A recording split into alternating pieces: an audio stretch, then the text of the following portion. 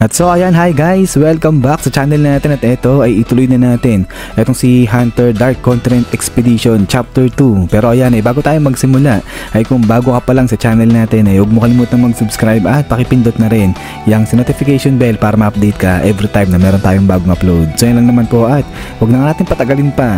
Simulan na natin yan.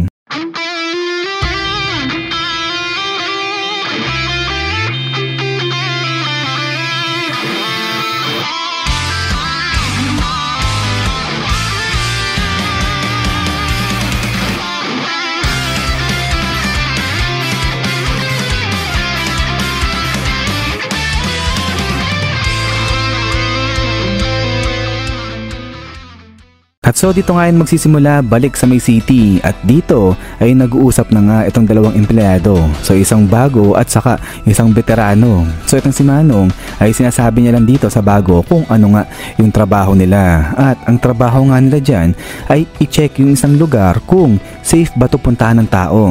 So tinitignan nila yung buhay doon sa isang lugar. Yung mga halaman, yung mga hayop, pati na rin yung climate change na nangyayari doon. Sa buong ecosystem ng lugar ay check nila. At sa bandang huli ay tinatag nila to kung safe ba yan puntahan ng tao o hindi. At so dito sabi ngayon ni Manong na yung naibigay na trabaho dito sa Bagotilyo ay talagang importante yan. So ito sagot, itong si Bago at ang sabi niya nga dyan na aware siya na talagang importante yung binigay sa kanyang trabaho. At so kaya dito tanong ni Manong itong si Bagotilyo at ang sabi niya nga dyan, sige ano ba yung mga rules natin o yung first rule, sabi niya ganyan. At ito sagot ngayon itong Bago at ang sabi niya nga dyan, yun ay i-screen ng maigi lahat ng aplikante o lahat ng tao na gustong pumunta doon sa may New World. At syempre, sa lahat ng mga papasa, ang gagawin naman ng mga staff nito nila Manong ay sila naman yung magbibigay ng safety doon sa mga pupunta sa may New World. So ang ibig sabihin ay responsibility nito nila Manong yung kahaligtasan ng lahat ng tao na papasa papunta doon sa may New World. At so kaya dito, ang tanong ay ni Manong, o sige, sa madaling sabi, ano trabaho nila? So sagot, etong Bago at ang sabi niya nga dyan, ang trabaho nila ibig sabihin ay wala silang papayagan na kahit sino na pumunta dun sa may New World. So ibig sabihin babagsak nila lahat ng aplikante na papunta dun. But then ay dito nga biglang sagot ulit si Manong. Ang sabi niya nga dyan, pero may problema sila. At eto nga sabi ngayon ng Bago, patungkol ba yan dun sa may Kakin? Sila ba yung problema? So eto sabi ni Manong, oo, problema yung Kakin kasi nga ginagawa nila yung lahat ng gusto nila. Kasi nga hindi sila kasali dun sa mga pumirma ng kasunduan na bawal pumunta dun sa may Dark Continent o sa may New World. Tapos itong Kakin, nanghihingi pa sila ng unlimited access o ng unlimited pass para dun. Pero ang pinakamalaking problema nga raw dyan kasi hindi naman sightseeing yung dahilan ng Kakin pagpunta dun na sa may Dark Continent, kundi para sakupin yung lugar na yun. So malupit, etong mga Kakin na to, binaypas na nga nila yung screening tapos gusto pa nilang manghingi ng unlimited pass tapos sasakupin pa nila etong Dark Continent. Pero tuloy ngayon dito ni Manong na yung gatekeeper pa naman nito ng New World o ng Dark Continent, ang pinakaayaw pa naman yan ay yung mga walang manners. At so kaya nga dito sa pagpapatuloy nila, ang sabi ni Manong na kapag nag-fail yung usapan dyan sa darating na summit ay talagang may hirapan na sila pigilan etong Kakin. So ito tanong itong Bagotilyo at ang sabi niya nga dyan, paano kapag ganun nga yung nangyari? So ito si Manong sagot siya at ang sabi niya nga dyan, yung Pandora's box na dapat hindi binubuksan ay mabubuksan ngayon, sabi niya ganyan. At so ito sagot atong si Bago at sabi niya nga dyan, a figure of speech, sabi niya ganyan. But then ay dito sagot ulit atong si Manong at ang sabi niya nga dyan, ganun ba? Yan din yung sinasabi ko nung bata-bata pa siya, sabi niya ganyan. At nung hindi niya pa nakikita itong lugar na to, so referring siya dito sa papasukin na nga nila na laboratory na to. At then ay pagkatapos niyan is bam! So dito nagulat ngayon itong Bagotilyo sa mga nakikita niya dyan sa parang laboratory na nga na to. So parang mga kakaiba ng mga hugis dyan. So parang may mga tao may kamay. Tapos ayun, parang ano to, nest na tinubuan ng kamay at saka ng paa. Tapos may mga baby na parang mga ugat-ugat ganyan. At so pagkatapos niyan ay tuloy sa paglakad ngayon itong sila Manong. At eto tingin-tingin itong si Bago dyan nga sa mga nakikita niya sa loob. So kaya tanong ngayon siya, sabi niya nga dyan, teka lang, etong mga to, ano to? Sabi niya ganyan. So sagot itong si Manong, sabi niya nga dyan, ay ang mga yan, mga tao yan dati, sabi niya ganyan. At so dito nagpaliwanag na itong si Manong at ang sabi niya nga dyan na dati ay may pinablish nga na libro na kung tawagin ay Journey into the New World. At sinasabi yung author nga daw ng libro na yon ay parang baliw lang ganyan. At sinasabi nga na fiction lang, di totoo yung mga nakalagay sa libro na yon. Pero ngayon, yung very existence ng libro na yon ay tinatawag na legend o tinuring na yun na legendary ganyan. At so kaya nga ngayon, itong si Manong, bigay-bigay niya ngayon itong libro dyan sa bago at sabi niya nga dyan, copy yan, kaya pwede siyang maglagay ng note dyan. At ang trabaho niya ngayon ay basahin niya itong libro na to.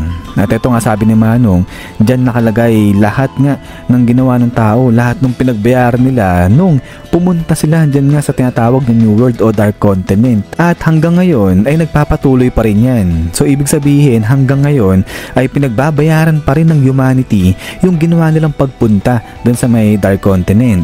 At so dito tuloy ngayon ni Manong ay di ba nga ang dami nang nakita nito nung bagutilyo dyan sa loob ng laboratory, yung parang piniga ng mga tela. So dito sabi ni Manong, nakalagay din yan dito sa libro, nakalagay dyan yung mga tao na pumunta dun sa may Dark Continent ay ganyan yung nangyayari sa kanila, yung para silang piniga. Pero yung nakikita dito ng bagutilyo na to, etong mga parang pinigang tao na to, dito lang yan nangyari sa mundo natin, hindi doon sa may Dark Continent. At so kaya dito tanong itong si Bagutilyo, at ang sabi na nga dyan na meron ba silang mga records about dyan sa mga victim, kasi mamaya baka nang galing sila doon nga sa Dark Continent. Pero sagot itong si Manong, at ang sabi na nga dyan na yun nga yung problema, wala silang records at ang pinagbibintangan dito, ang may kagagawan yan mga mafia. So dito tuloy ngayon ni Manong, pero meron nga mga witness, may mga nakakita dyan sa nangyari, yung bigla na nga lang daw na pinipiga yung mga tao. At ang nakakita daw dyan, mga doktor, pulis, di naman kaya teacher o kaya mga athlete. So dito sabi ni Manong, okay lang sana kung yung mga nakakita o yung witness, mga addict, para madali lang sabihin na hindi totoo yung mga sinasabi niyan. Pero hindi nga ganun, mga professional talaga yung mga nakakita sa nangyari. But anyways, ay tuloy ngayon ni Manong na sige, basahin na lang nito ni Bago itong libro at gumawa siya ng report patungkol dyan. At ganun pa rin, i-identify niya yung mga risk doon naman sa mga dadaanan papunta sa may Dark Continent. But then ay dito habang naglalakad, etong dalawa ay biglang may nagtap nga dito sa may salamin, at eto napatingin ngayon etong Bago, at then after niya Miss Bam. So dito labas na nga dyan etong parang zombie na to, at ito natakot, napatras ng bagya dyan etong si Bagutilyo. So ito si Manong, sabi niya nga dyan, ayan ba, yan yung kaisa-isang nakaligtas na nanggaling dun sa may Dark Continent. At ito sabi nga ni Manong na 50 years na nga nandiyan yan, etong parang zombie na yan, at self-sustaining daw yan. So hindi nga raw yan kumakain ng pagkain ng tao. So kaya dito nagulat talaga etong si Bagutilyo, at ang sabi na nga dyan, 50 years na yung ganyan. So dito sabi ni Manong, hindi nga raw talaga namamatay yung parang zombie na yon. At tuloy ngayon ni Manong na isang hunter pala yan, at nanggaling yan, pumunta yan doon nga sa may Dark Continent. So sa tuwing china-challenge at pinupuntahan nga raw itong Dark Continent ay lagi na lang nakakapagdala o nakakapag-uwi sila ng isang calamity na pwedeng umubos sa isang katauhan. At itong pagpunta-punta dyan sa Dark Continent, nangyayari yan pagkatapos ng ginawang treaty o ginawang kasunduan ng V5 na bawal na nga pumunta dyan sa Dark Continent. So ibig sabihin talagang matitigas ang ulo, ganyan. But then after nyan ay dito na nga uwi na etong si Bagutilyo, at eto inaaral niya na ngayon etong si Dark Continent dyan. At then after nito ay talon na sa mga 12 Zodiacs dahil pinapanood na nga nila dyan yung iniwang CD o mensahe ni Chairman Netero. At eto nga ang sabi ni Chairman Netero dyan na in-ignore daw yung warning niya, at nagtuloy-tuloy pa rin pumunta sila doon nga sa may Dark Continent. At ang ginawa nga ng mga nagpupunta dun sa Dark Continent, dun pa sila dumadaan sa unexplored route o sa hindi pa na-explore na ruta. Kaya yun yung dahilan kaya ang daming namamatay sa tuwing may pumupunta dun sa Dark Continent. At higit pa nga doon, kaya sila nakakapag-uwi ng casualty, ng calamity o yung threat ba, ganyan. So si Beyond Netero, yung anak nito ni Chairman Netero, gustong bumalik dun sa Dark Continent pero pinagbawal niya na nga yan. At dito rin sa Hunter Association, kaya pinagbawal na ni Chairman Netero itong mga to na pumunta dun sa Dark Continent.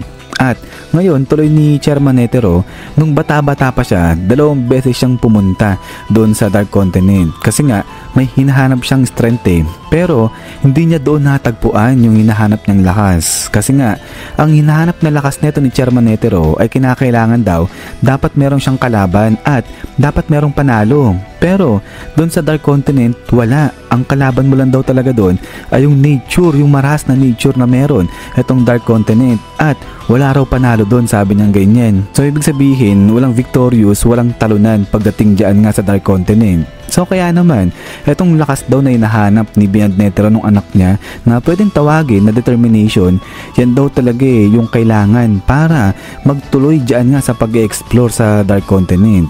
At kaya nga masasabi niya na para mas hunter pa kung tutuusin itong anak niya si Beyond Netero kaysa sa kanya mismo. At so kaya dito ay sinabi na ni Chairman Netero sa mga 12 Zodiacs na gusto niya na i-explore ng mga to successfully itong Dark Continent bago pa dyan nga kay Beyond Netero. So gusto ni Chairman Netero maunahan ng mga to na ma-explore yung Dark Continent etong si Beyond Netero. At eto nga tuloy niya na gusto niya na i-overcome ng mga 12 Zodiacs na to o ng Hunter Association ba, lahat ng risk, lahat ng obstacle meron dyan sa Dark Continent. Pero paalala ni Chairman Netero dito na hindi ito isang utos, kung hindi isang request lang, kasi sadyang gusto niya lang na yung Hunter Association yung maging pioneer sa pag-explore dyan sa Dark Continent ng successful. At ang dagdag niya pa nga rito, isa itong high reward pero high risk din. Ayan yung kakaharapin ng Hunter Association ngayon. At so kaya dito ay paulit-ulit itong si Chairman Netero na sinasabi niya na hindi ito isang utos, hindi ito isang utos, hanggang sa napagtantunan ng mga Zodiacs na isang utos nga itong sinasabi ni Chairman Netero, hindi yan basta-basta request lang. At so after niyan ay dito baling na ngayon itong si Maizai kay Mr. Beans. At ang sabi niya nga dyan, Beans, siguro naman wala nang huling habilin ayan si Chairman Netero. So ayan, ito si Beans, sagot siya, sabi niya nga dyan, wala na, yan na talaga yung huling. At so dito yung ibang mga Zodiacs ay usap sila. Sabi nga nila dyan, ang tindi nito ni Chairman Netero, akala mo buhay parang di siya patay ganyan. At so ayan, tanong si Jel ngayon, sabi niya, paano na ngayon yung gagawin nila? At so dito sagot na nga itong si Chidel. At ang sabi niya ngayon dyan, since na ito ay isang utos, kaya no choice sila kung hindi sumunod dyan. Pero dahil nga sa pinipilit ni Chairman Netero na hindi yan utos, kaya ang ibig sabihin, itong trabaho na to ay para lang sa 12 Zodiacs. So sila lang yung gagawa ng trabaho na yan na pag-explore dyan sa Dark Continent. Pero ito nga, biglang taas ng kamay ngayon itong si Unggoy. At ang sabi niya nga dyan, teka lang, kung ang pag-uusapan lang naman ay yung pagpunta dun sa Dark Continent, ay okay siya dyan, gagawin niya yan. Pero kung pag-uusapan pa dyan ay yung paghahunt kay Beyond Netero, ay ayaw niya na dyan, against na siya dyan, sabi niya ganyan. At so kaya dito tanong itong si Jidel, sabi niya nga dyan, sige, ano yung rason nito ni Unggoy, bakit ayaw niyang i-hunt si Beyond Netero? So dito sabi nga ni Unggoy ay bakit kasi hindi nila makipag-cooperate etong si Jidel dyan kay Beyond Netero, since napares lang naman sila ng goal, at yun nga ay yung i-explore lang naman yung Dark Continent. So mas okay nga daw yun na yung lahat ng involved sa pag-explore dyan sa Dark Continent ay magtulungan na nga lang daw. So kaya dito sagot etong si Kanzai. At ang sabi niya nga dyan na siya ganun din yung naiisip na bakit pa nila i-hunt etong si Beyond Netero, bakit nila hahadlangan yung mga yan kung same goal lang naman sila. So siguro kung nakikipag-compete nga raw sila dyan sa Kakin ay okay lang gawin yun, patas lang yan. So kaya nga dito sagot etong si Jel. At ang sabi niya nga dyan na ganun ba, yung anak nga ni Chairman Netero si Beyond ay parang decades ago nagpe-prepare na yan para nga sa pagpunta dun sa may Dark Continent. So ngayon ang tanong, meron ba sa kanila dito sa mga 12 Zodiacs na katulad mag-isip ni Beyond Netero, yung kumbaga nagpe-prepare na rin matagal na para sa pagpunta dun sa Dark Continent? At so dito ang sabi nga nila, may isang tao lang sila na naisip na nag-iisip nga ng ganyang bagay, at yun nga ay walang iba kundi etong si Jing. So bigla nilang naisip na etong si Jing matagal ng panahon na naghahanda para sa pagpunta dun sa may Dark Continent. At so dito tuloy ngayon ni Jel na kung si Jing sasama sa kanila pagpunta dun sa Dark Continent ay sasama siya, sige, kahit na ayaw niya pa. Pero since nawala na nga si Jing, nag-resign na, at saka kahit daw siguro nandiyan dyan si Jing ay ipipilit ni Jing na siya mag-isa yung magsosolo pagpunta dun. Pero eto nga, ang tuloy ngayon ni Jel, hindi na yung sa pagiging fair yung pinag-uusapan dito, kasi nga etong si Beyond Netero matagal nang nauna sa kanila. So nauna in a sense na etong si Beyond Netero nga kasi matagal na siyang nauna sa pagpe-prepare sa pagpunta dun sa Dark Continent, unlike sa mga Zodiacs na nga na to na ngayon pa lang sila naghahanap maghahanda sa pagpunta doon kung di pa sila nautusan. At so kaya dito sagot etong si Botobay. At ang sabi niya nga dyan na kaya yung paghahunt kay Beyond Netero ay dapat talaga ituloy yan. Kasi nga lahat naman sila dito sa mga Zodiacs nagkakasundo sila na sumunod sa pinag-uutos ni Chairman Netero. So yung mga sinasabi ni Kansai at saka nga ni Unggoy, mga ano lang yun, pure sentimental ganyan. At so dito sagot etong si Maizai at ang sabi niya nga dito na dapat i-check muna nila kung tama ba o mali yung special mission na binibigay sa kanila ng V5. So regarding nga yan sa paghahunt dito kay Beyond Netero.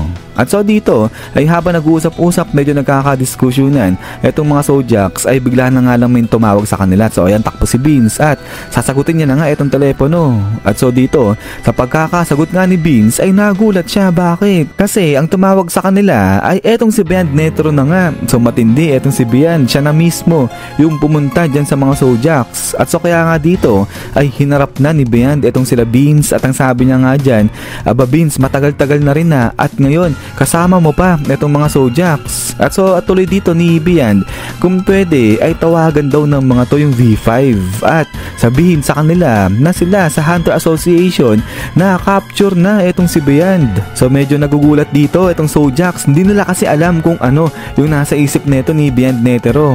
But then ay biglang salita itong si Netero at ang sabi na nga dyan na mag-give and take nga raw sila ngayon. At so after nyan ay balik dito, talon na ulit sa bagutilyo na nga na to. At inaaral niya na nga itong patungkol sa Dark Continent. At dito nakita niya yung 5 calamity. At ito nga yan, yung Brion, yung Ai, itong Snake Hellbell at pati na rin itong mga Pop. At ang huli sa lahat ay ito na ngang Zobe. So dito talagang pinapawis itong si Bagotilyo at ang sabi niya nga dyan, itong lugar na Dark Continent, yan yung lugar na dapat hindi nabalikan pa ng humanity. At so pagkatapos niyan, is yan guys, so hanggang dito lang itong chapter na to. At so ayan, itutuloy-tuloy nga natin to hanggang sa makita natin yung ending na hinanda ni Togashi. At so ilan naman guys ay maraming salamat sa panood dito kay Hunter natin. So eto na yung favorite na intro natin ni Hunter.